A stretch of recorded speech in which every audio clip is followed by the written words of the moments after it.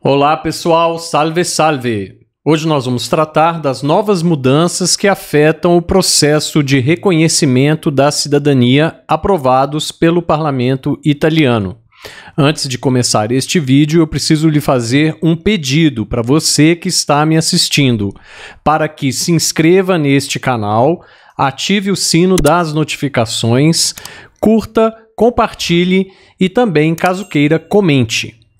Bom pessoal, o nosso vídeo é dedicado às modificações recentes que estão sendo aprovadas no parlamento italiano acerca do processo de reconhecimento de cidadania italiana pelo governo italiano. Então foi apresentado, como vocês já sabem, quem acompanha o canal já sabe que, concomitantemente à apresentação do decreto Tajani, do decreto 36, número 2025, o governo apresentou também algumas outras propostas de mudança para os processos de cidadania.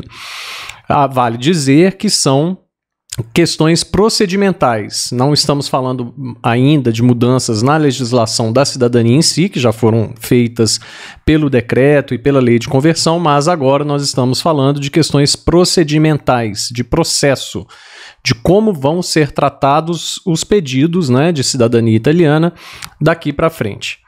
Bom, inicialmente nós temos este desenho de LED, né, esse projeto de lei 2369, que nós já tratamos exaustivamente aqui no canal e que, por sua vez, vai modificar as competências de a competência, né, o órgão competente para tratar, analisar e julgar esses pedidos de cidadania daqui para frente. Vale dizer também que, ao criar, nós vamos ver pormenorizadamente o que vai acontecer, mas ao criar este órgão centralizador em Roma, praticamente nós temos que o interesse de agir na esfera judicial, ele deixa de existir, pelo menos por enquanto durar a fase de análise dos processos, que a gente vai ver aqui também quais são os tempos, né, de análise dos processos. A proposta era uma, houve emendas e assim ela foi aprovada um outro prazo. Bom, inicialmente nós temos que destacar que o desenho de LED 2369 traz disposições para a revisão dos serviços para os cidadãos e as empresas no exterior, relatado pelo deputado Andrea Orsini, do Fratelli d'Italia, e também correlatado pelo deputado do Partito Democratico, o Tony Ricciardi, que é da circunscrição estrangeira, eleito pela Europa. Ele reside na Suíça e, obviamente, é deputado no parlamento italiano, eleito pela circunscrição estrangeira. Então, ele tem um outro relator que é do Partito Democrático e do qual vieram algumas emendas, porque o texto era pior ainda do que foi aprovado na Câmara dos Deputados. Lembrando que este projeto de lei ainda está em tramitação, foi aprovado pela Câmara dos Deputados, correto? E foi aprovado com 144 votos favoráveis, 87 votos contrários e algumas abstenções. As abstenções, digno de nota que o MAIE, Movimento Associativo Italiano all'Estero, se absteve, né? Então vamos tomar cuidado aí na hora de votar nas próximas eleições, lembrando sempre que a abstenção nesse caso aqui equivale a apoiar o projeto, porque ele tem ampla maioria, né? Foi aprovado na Câmara com 144 votos favoráveis, 87 contrários. Então nós temos aí uma quantidade muito grande de votos favoráveis e uma abstenção nessa altura equivale a apoiar, né, o projeto. Então, nós temos essa questão. Vai para a apreciação agora do Senado, por parte do Senado, e depois para a sanção ou veto presidencial. O que ele traz de relevante para nós? Tá? A primeira questão que salta aos olhos, e o projeto ele tem 7 artigos, né? É a criação deste órgão central por parte do Ministério das Relações Exteriores e da Cooperação Internacional, que vai tratar dos pedidos de cidadania italiana, de nacionalidade italiana, que hoje é atualmente atribuída aos departamentos consulares em matéria de reconhecimento e da posse da nacionalidade italiana por pessoas maiores de idade residentes no exterior. Ainda não se fala nada em termos de municípios italianos, se vai ser retirada a competência também dos municípios italianos, né? Então, já no artigo 1º traz essa questão deste órgão centralizador em Roma. O artigo 2º introduz uma outra modificação para superar algumas incertezas aplicativas em matéria de legalização de assinaturas de atos de e para o exterior gerados na praxe consular. Nós vamos ver também mais adiante. O artigo 3º traz modificações para o cadastro dos italianos residentes no exterior, o famoso AIRE, né, que é a Anagrafe Nazionale degli Italiani Residenti all'Estero, que é o cadastro dos italianos residentes no exterior. Nós vamos ver também o que houve de mudança. O artigo 5º, então, prevê justamente que a carteira de identidade digital vai substituir a carteira de identidade física para fins de expátrio, ou seja, para sair da Itália. E vai poder também ser feita, talvez aí a única modificação boa, digamos assim, para nós, é que ela vai poder ser pedida em qualquer município da Itália por parte dos cidadãos italianos residentes no exterior. A gente sabe da dificuldade de conseguir a carteira de identidade digital aqui na repartição diplomático-consular e da Itália no exterior, por conta de poucas vagas para agendar. Nem todos os consulados fazem a carteira de identidade digital e, portanto, há essa dificuldade. Então, como ela vai deixar de existir a carteira de identidade física em papel, né? Vai deixar de ser utilizada em agosto de 2026, então foi criada essa possibilidade de poder, para os cidadãos italianos residentes no exterior, poderem pedir e fazer a sua carteira de identidade digital em qualquer município da Itália, enquanto a pessoa estiver viajando, ou se for lá a trabalho, pode pedir juntamente ao município.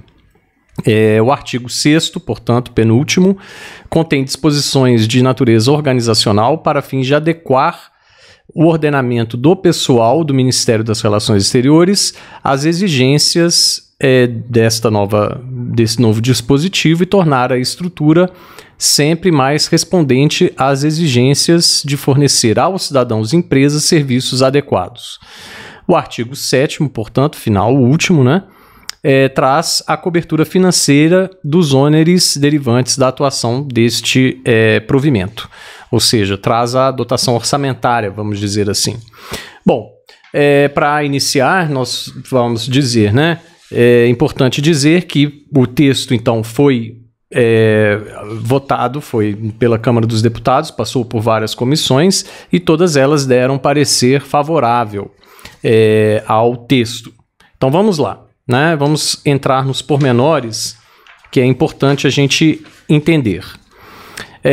Bom, o primeiro artigo, então, como dito, traz disposições em matéria de cidadania, de cadastro e de legalização de assinaturas.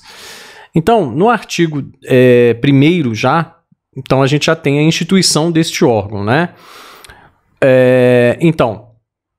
O chefe da missão consular, letra A, determina a manutenção do estado de cidadão em relação a pessoas previamente reconhecidas como tais residentes na circunscrição. Aqui nós temos um detalhe um pouquinho perigoso, né?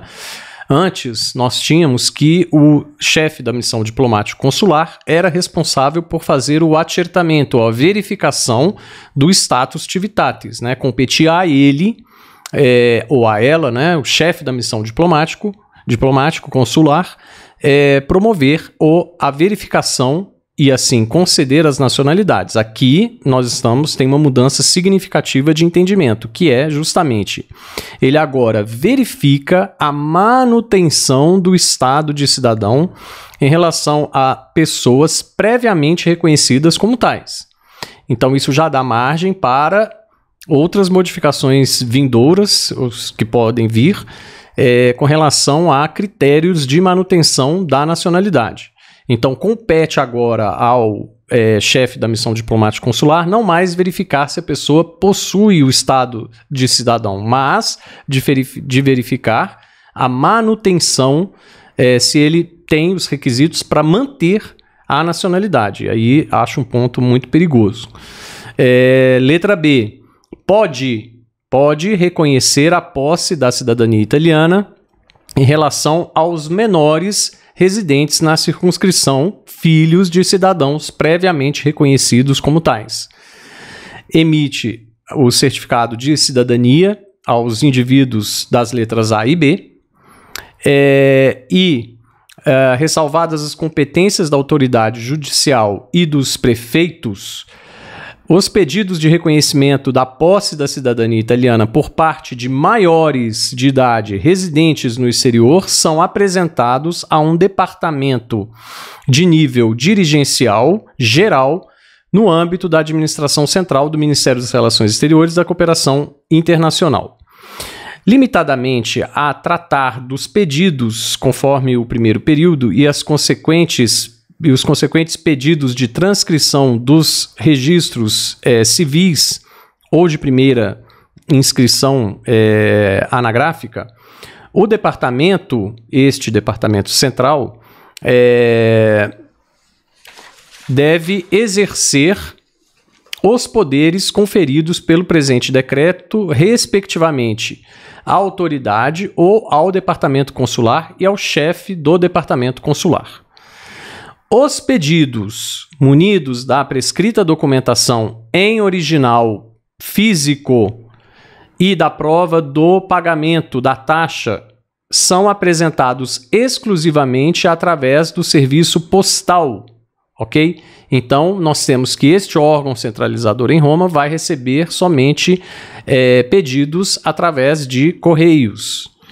E os ônus do envio e dos serviços correlatos são colocados a cargo do requerente, ou seja, o requerente é que vai ter que arcar com as despesas tanto do envio e, pasmem, em caso de o pedido ser rejeitado, ele também tem que arcar com o custo das despesas de envio de volta, né? Então tá aqui também. Ponto número 4. Ressalvado o disposto no inciso 3º, as comunicações entre este órgão e o requerente se desenvolvem exclusivamente por meios eletrônicos. Então, pelo menos, as comunicações não vão ser por carta, vão ser por correio eletrônico, mensagem de correio eletrônico. Então, as notificações ao requerente consideram-se efetuadas no momento do envio da comunicação ao endereço de correio eletrônico, mesmo não certificado, indicado no pedido. O reconhecimento da cidadania é comunicado ao município e ao departamento consular competentes. Os ônus da entrega dos originais da documentação transmitida do pedido rejeitado são colocados a cargo do requerente. Nós já falamos. Então, estes incisos se aplicam a partir do dia 1º de janeiro do segundo ano solar, posterior àquele da entrada em vigor da presente disposição. Este era o texto original. Com as emendas que eu citei anteriormente do Partido Democrático, colocou-se o seguinte, a partir do 3º ano. Então, nós estamos falando do ano de 2028. Então, 1º de janeiro de 2028 entra em vigor, já se aprovado este ano ainda pelo Senado, não é? É o ano solar, então era no texto original 2 anos solares após a entrada em vigor, e agora com a emenda pela Câmara dos Deputados, então o texto foi emendado, o texto original proposto pelo governo foi emendado pela Câmara dos Deputados, emendas do Partido Democrático, e aumentou-se este prazo de 2 anos para 3 anos solares após a publicação desta lei. Então, se a gente tiver a publicação ainda em 2025, essas novas regras entrarão em vigor a partir do dia 1º de janeiro de 2028. Então, se entrar em vigor no ano de 2026, a partir do ano de 2029. Vamos ver como que essa questão vai ser tratada no Senado, porque nós estamos, né, praticamente no fim do ano. Vamos ver. Nos 2 anos posteriores à data prevista, o departamento recebe um número máximo anual de pedidos de reconhecimento da cidadania não superior ao número de pedidos para os quais, entre o dia 1º de janeiro e 31 de dezembro do ano anterior àquele em que a presente disposição entra em vigor, os departamentos consulares tenham recebido as taxas, conforme tabela. Então, aqui nós temos o seguinte: não vai ser ilimitado o número de pedidos. O número de pedidos vai ser, então, no primeiro ano, ele vai receber um número igual aos pedidos feitos no ano anterior dos departamentos consulares. E quem sabe disso? Somente o Ministério sabe quantos pedidos foram feitos nos consulados italianos. Então, nós vamos ver que os pedidos vão ficar limitados a uma quantidade baixa. E aí nós temos já um novo interesse de agir com relação a esse novo ministério. Como que nós vamos saber se já alcançou o limite, esse tal limite de pedidos? Não saberemos. Vamos ver futuramente como o ministério vai se comportar, se ele vai publicar uma lista de pedidos recebidos, se já está chegando no fim do número de pedidos máximo, mas fato é que este órgão não vai receber pedidos ilimitadamente. Ele vai receber pedidos inicialmente pelo primeiro ano de duração deste órgão. Ele vai receber a quantidade que os consulados receberam no ano anterior à entrada em vigor dessa disposição. E a gente já sabe que, com a entrada em vigor do Decreto-Lei e da Lei de Conversão, do Decreto Tajani, nós vimos que esses pedidos reduziram muito por conta da limitação a 2 gerações. Se houve essa limitação, somente hoje em dia, filhos e netos de cidadãos que tinham exclusivamente a nacionalidade italiana podem fazer os pedidos via administrativa, via consulado, via município na Itália. Então, eles vão pegar praticamente este contingente de pessoas do ano anterior, que já é um número muito reduzido por conta dessa limitação geracional, e vão aplicar para o primeiro ano de duração deste órgão. Então, obviamente, serão pouquíssimos pedidos, né, de cidadania, ainda que a lei venha a ser declarada inconstitucional, ou parte ou trechos desta lei venham a ser declarados inconstitucionais nos julgamentos que estão ocorrendo e que vão ocorrer futuramente na Corte Constitucional. Esses pedidos que, por conta desse julgamento, poderão aumentar no futuro, ou seja, aumentar a plateia de pessoas que têm efetivamente o direito ao reconhecimento, e este órgão vai ficar limitado aos pedidos feitos na rede diplomático-consular do ano anterior à vigência desta lei. Então serão poucos, né? Até porque a gente viu aqui, vai ver aqui ainda, que são poucos funcionários que estão sendo contratados para este órgão, né? Outra questão que sofreu modificação na tramitação na Câmara dos Deputados. O prazo para a conclusão dos procedimentos é fixado em 48 meses, redação original. Na redação com as emendas, o prazo para a conclusão dos procedimentos é fixado em 36 meses. Então, sai de 4 anos para 3 anos, conforme emendas do Partido Democrático a este texto original. O texto original, então, previa 48 meses, 4 anos, e o texto com as emendas prevê 36 meses, 3 anos. A partir do ano de 2026, a dotação orgânica, ou seja, de pessoal, né, do Ministério das Relações Exteriores e da Cooperação Internacional vai ser incrementada de 2 unidades de pessoal de nível dirigencial geral, ou seja, 2 chefes, 2 dirigentes, de 30 unidades de pessoal da área de funcionários e de 55 unidades de pessoal da área de assistentes. Então, nós estamos falando de 85 pessoas, né? 30 do pessoal da área de funcionários e 55 de assistentes. Então, 85 pessoas para tratar dos pedidos de cidadania do mundo inteiro. Mas a gente já viu que não é o mundo inteiro. Aliás, é o mundo inteiro, mas limitado ao número de pedidos que foi feito no ano anterior à entrada em vigor deste dispositivo. Então, nós já vimos que nós vamos ter, sim, é possível que nós tenhamos interesse de agir na esfera do judicial, continuemos tendo, né, no interesse de agir na esfera judicial, tendo em vista que este órgão também vai ficar cheio de pedidos e, portanto, não vai poder analisar outros pedidos. Então, cria-se uma dotação orçamentária, né, para a atuação do presente artigo. Ficam autorizadas a despesa de 4.570.243 euros anuais a partir do ano de 2026 e a despesa de funcionamento do pessoal, né, de pagamento pessoal, de 300 mil euros para o ano 2026, 200 mil euros para o ano de 2027 e assim por diante, para a manutenção deste órgão. Depois nós temos no artigo 2º disposições em matéria de legalização de firmas, de assinaturas, né, em atos formados por autoridades estrangeiras e a valer no Estado italiano. Então, o que ocorre?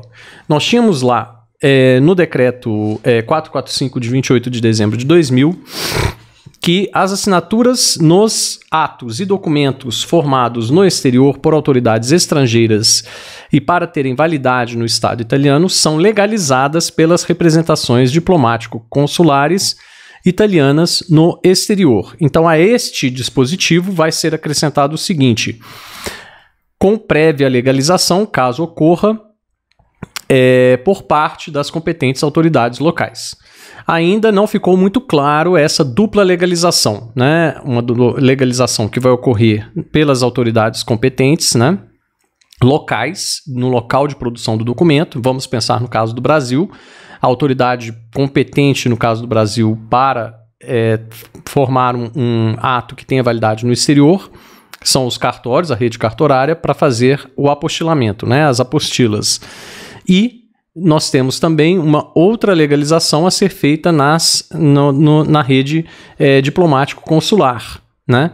Então, o que quer dizer isso? Será que são os países que não são aderentes à Convenção de Haia, ou também os países aderentes à Convenção de Haia, como é o caso do Brasil, dos Estados Unidos, boa parte do mundo civilizado, que já tem o seu processo interno, vai ter que passar também pelo consulado. Não sabemos ainda porque esse ponto ficou obscuro.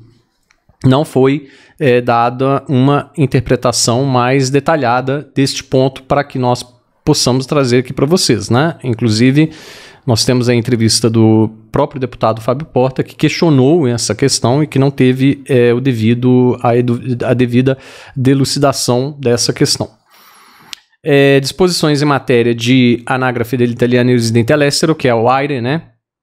Então, fundamentalmente, eles vão vão integrar a AIRE, né, que é a Anagrafe dell'Italiano residente all'estero, a ANPR, Anagrafe Nazionale della Popolazione Residente.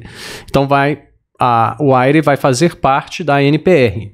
Isso é uma mudança que é mais organizacional, não interessa muito.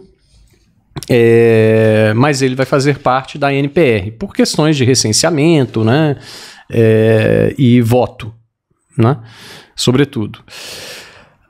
Bom, cidadãos que antigamente tinham a obrigação de se inscrever no AIRE, agora tem uma exceção para eles, que os cidadãos que se encontram no exterior para o exercício de ocupações temporárias, então, desde que não transfiram o domicílio eleitoral para o país de residência. Então, eles não são obrigados a se inscrever no AIRE mais, né? O pessoal enviado pelas administrações públicas, diretores escolares, funcionários das regiões das províncias, né, que estejam trabalhando, pessoal civil e militar, pessoal que serve a OTAN, conviventes, né, dessas pessoas e tudo mais. Isso não nos interessa tanto. Bom, Então, aqui a disposição com matéria com relação a passaportes e carteira de identidade com fins de expatriação, que é o que a gente já falou aqui, mas vamos ver com mais detalhes. Então, essa carteira de identidade vai poder ser emitida a pedido do cidadão a qualquer município, a carteira de identidade eletrônica, tendo em vista que ela vai ser, a partir de agosto de 2026, vai ser o documento oficial para poder se movimentar para o expátrio, né, para sair da Itália, obviamente entrando dentro do espaço Schengen, porque senão é necessário o passaporte. Então, para fins de expatriação, a carteira de identidade digital, ela vai valer a partir de... Vai valer? Não, ela já vale, já é válida, porém a de papel não vai ser mais válida. Então, a carteira de identidade eletrônica vai substituir aquela de papel e somente ela, a eletrônica, vai ser utilizada para movimentações dentro do espaço Schengen. Por isso, essa facilitação para os italianos residentes no exterior, por conta da ineficiência, vamos dizer assim, da rede diplomático-consular, poder pedir, caso estejam no território italiano, poder pedir em qualquer município. E isso é um ponto interessante e bom para todos os cidadãos italianos residentes no exterior. Bom, pessoal, para não ficar muito longo o vídeo, essas são as principais mudanças, né? Existem outras, né, disposições organizacionais, finais e financeiras, né, que não nos interessa tanto, dotação orçamentária, que não é o objeto deste vídeo. O objeto deste vídeo é justamente o mais importante, é a criação deste departamento centralizado em Roma, a consequente perda do interesse de agir na esfera judicial, pelo menos aparentemente, né? Porque a gente viu que os pedidos eles serão limitados à quantidade de pedidos tratados em toda a rede diplomático-consular no ano anterior. Então nós vamos perceber, ao ler o texto, que essa quantidade vai ser ainda pequena, né? E nós vamos ver também que, caso haja alguma reversão na Corte Constitucional ou na Corte de Justiça Europeia com relação à Lei 74 de 2025, vai, obviamente, aumentar a plateia de requerentes. E se essa plateia, que se for muito grande, tentar acessar este órgão, nós temos essa questão de limitação dos pedidos do ano anterior. Então não vai ser suficiente, vai acabar tendo que acessar novamente a via judicial. São coisas que nós ainda não temos conhecimento, controle, porque nada disso ainda entrou em vigor. Pode ser que haja modificações no Senado, na tramitação do Senado, antes de a sanção ao veto presidencial. E nessa tramitação do Senado pode haver ainda uma ou outra modificação, embora não se espere tantas modificações, tendo em vista que modificações mais sensíveis, né, que foi com relação à entrada em vigor, que passou de 2 para 3 anos solares, e também a questão do prazo para tratar desses processos, que era de 48 meses, foi para 36. Todas essas modificações foram emendas que foram aprovadas ao texto original. Já no Senado não se espera grandes mudanças, então o texto deve passar do jeito que está aqui, com as emendas somente da Câmara dos Deputados e, portanto, chegar à vigência com a sanção presidencial. Então, diante disso aqui, nós vamos acompanhando e vendo como que vai se dar essas modificações e como que vai começar a funcionar este órgão em Roma, centralizado em Roma. Até lá, portanto, até o ano de 2028, nós temos a via judicial aberta. Então, nós temos ainda a possibilidade de ajuizar as ações na via judicial. Portanto, para aqueles que ainda estão pegando os documentos e que sempre perguntam aqui no canal e por outros meios, qual que é o melhor horário, a melhor hora para fazer, a melhor hora é sempre agora. Sobretudo porque a partir de 2028 vai ser instituído este órgão aqui. Então, momentaneamente, o interesse de agir perde-se porque você não pode acessar a via judicial sem antes ter tentado na via administrativa, ou sem comprovar que você tentou a via administrativa e a via administrativa negou o seu pedido ou não pôde lhe atender. Então, a melhor hora de entrar é agora. Então, nós só temos até o ano de 2028 para acessar a via judicial. Dito isso, então, convido vocês a refletir sobre o que foi dito aqui no canal, deixar o seu like, compartilhar este conteúdo com quem for de interesse e comentar caso queira. Muito obrigado e até o próximo vídeo.